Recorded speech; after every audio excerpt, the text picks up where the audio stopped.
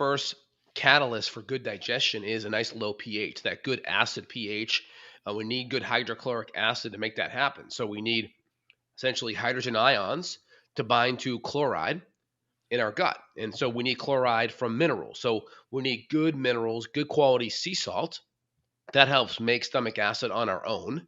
Now, if we're under a lot of stress and our adrenal glands are in stress overdrive, could be cortisol high or low imbalances, as well as adrenaline issues, right? Could be high or low cortisol stress issues.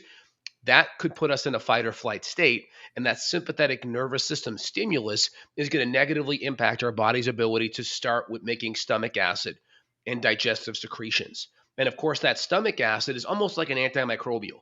Think of like using lemon or apple cider vinegar as a natural cleaner, right? They recommend these online. You can make natural cleaners. Usually there's some kind of acid as the foundation of the formula because acids are antimicrobial. And so think of acids in your intestinal tract as being antimicrobial. They also kind of help tighten the sphincter, the esophageal sphincter from the stomach into the esophagus. It gets tightened with good acidity. And so part of the reason why we get bloating and a lot of these gases rise up to the esophagus is inadequate levels of acidity. And that keeps the esophagus open. And then what happens when that esophagus is open over time, the fermentation acids that occur can actually eventually irritate the bottom of the esophagus because we didn't have enough acids to trigger that good closure in the beginning.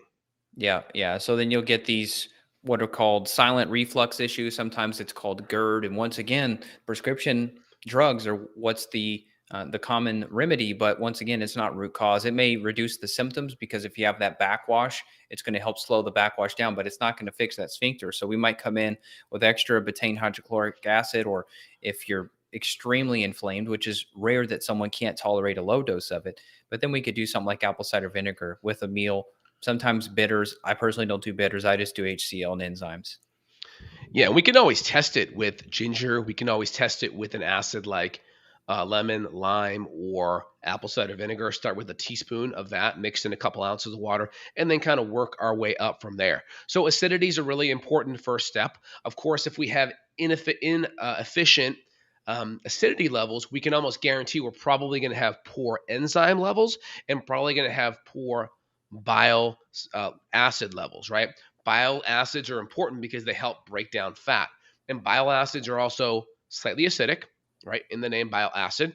And it's also antimicrobial.